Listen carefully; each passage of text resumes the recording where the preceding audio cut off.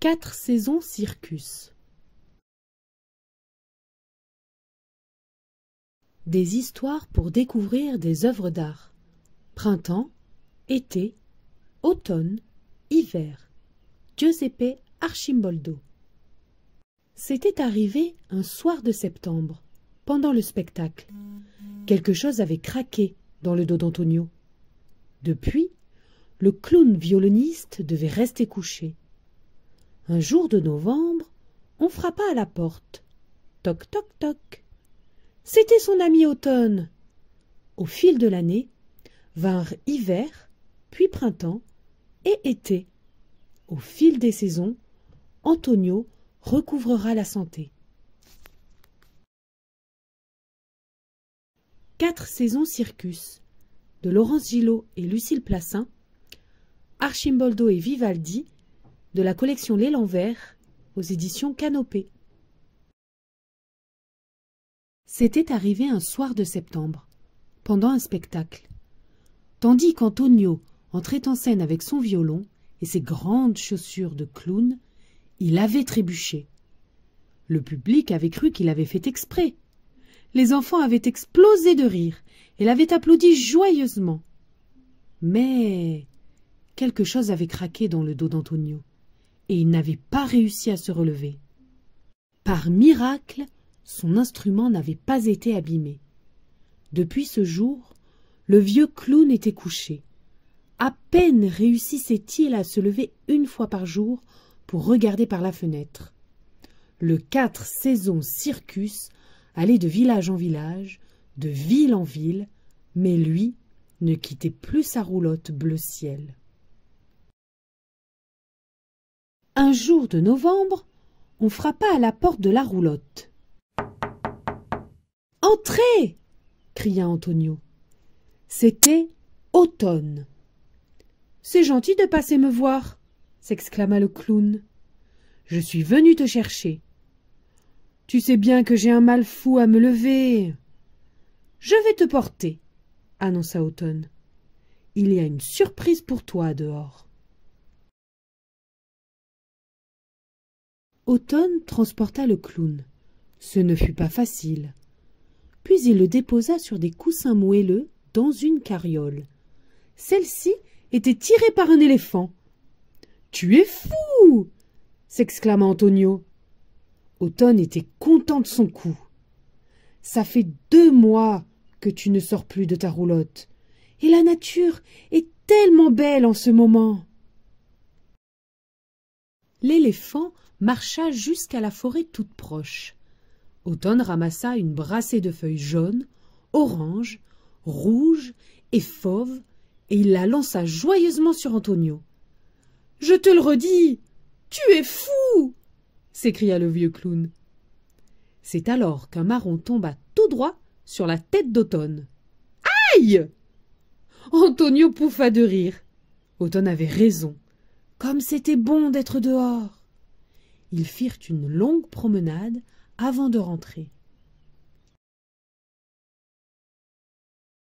On était en février maintenant, et Antonio n'allait pas mieux.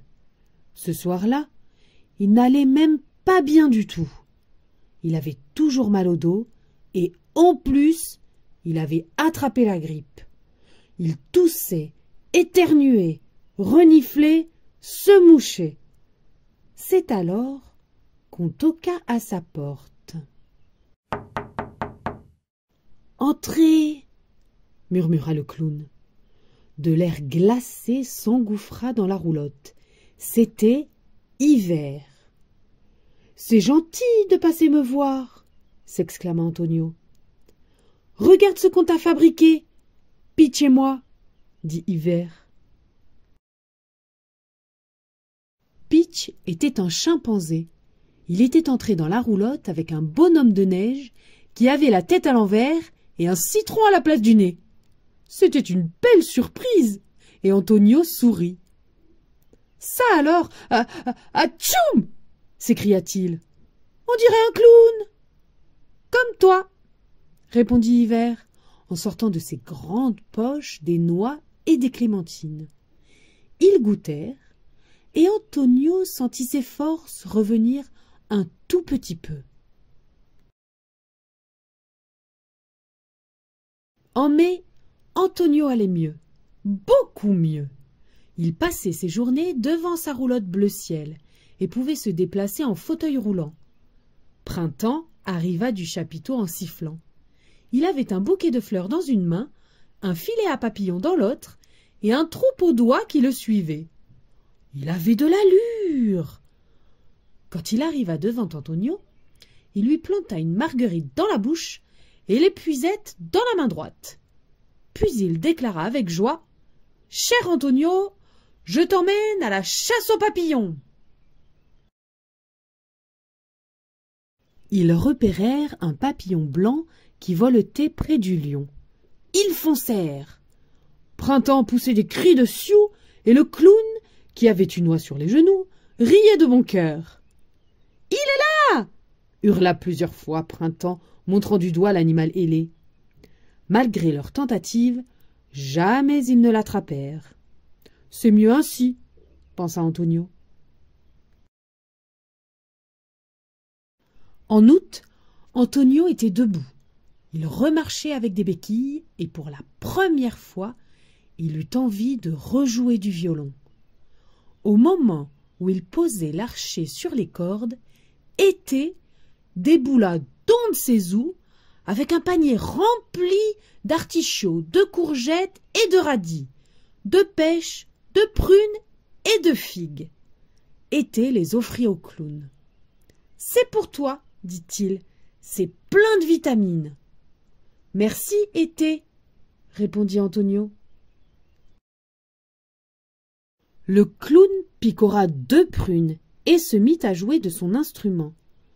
Il n'avait pas oublié, il savait encore. Et Été se mit à danser les bras tendus comme s'il avait des ailes. « Tu es drôle, Été !» s'écria Antonio. « C'est joyeux ce que tu joues !» répondit Été. Le soir même, à la fin du spectacle, Antonio arriva sur la piste en boitant. Il n'avait rien dit à personne. Il voulait surprendre tout le monde. Il joua du violon et c'était beau, beau, beau. À la fin du morceau, automne, hiver, printemps, été le rejoignirent sous les projecteurs et tous le portèrent en triomphe. Antonio était guéri et le public l'applaudissait comme avant. Giuseppe Arcimboldo, printemps, été, automne, hiver. Fin.